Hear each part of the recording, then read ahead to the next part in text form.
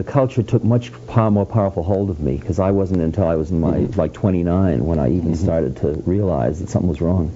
Yeah, but I just assumed that everybody was supposed to be like this. Yeah. My breakthrough, though, I think, was a little jejune in those days still. I mean, it was sort of, it didn't do any good. I sort of wish I might have been a little more riper already. Yeah, because it's interesting, because you're trusting your own intuitive sense of what was truth compared to the conspiracy around you. I mean, when the dean says something, that's real. Yeah. And you even then questioned that. That's because I had a far guru, out, Burroughs, who was a total cynic at that point. Yeah. You know, I think he was Burroughs was. I was living with Burroughs in Kerouac very soon after. And Bill was just absolutely mature and straightforward and clear. He's no different now than he was then. He was just straight as an arrow, incredible, and clear. Yeah. Because he came from the upper class, and he had money at one time. So he could afford to be very... and he'd been around, he'd been to Europe, and he just had this sharp, incisive, tender, cynical humor. So when I came back and told him what the dean had said, when I told my father wept. When I told Burroughs, he burst into laughter. Right. You were lucky to have that. Yeah. Oh, yeah. I would have rejected somebody like that out of hand. I mean, I couldn't have handled somebody like Burroughs or that at all. Well, I was homosexual and I was a virgin. Well, I was too, but I went underground. I just treated it as if I was sick. Yeah. And the society was right.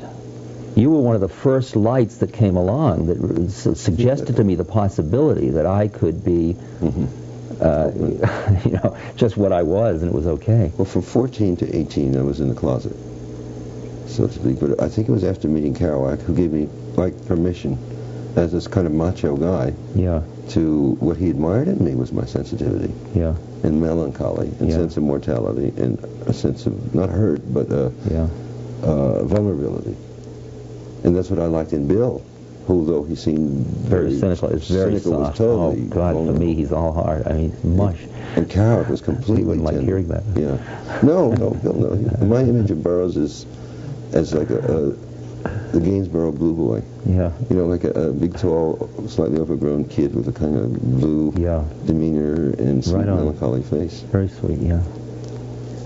So so we have, for the 60s, the excess of outward show, what Trumbo calls spiritual materialism, like the collection of beads, bangles, dikshas, and prayers. Also polarization in the revolution, in the political activist movement too. Yeah, and when it got political, that's when it got bad. When it went beyond the literary polarization, it got political. Yeah, and there were certain byproducts.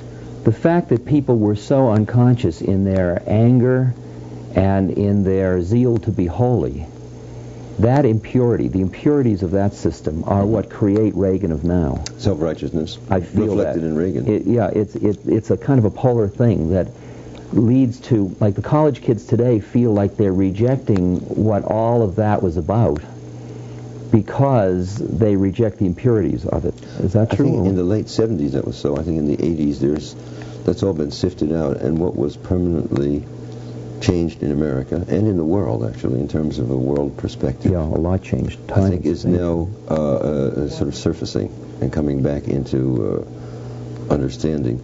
The American situation is very special because it was the crucible for a lot of this. Yeah.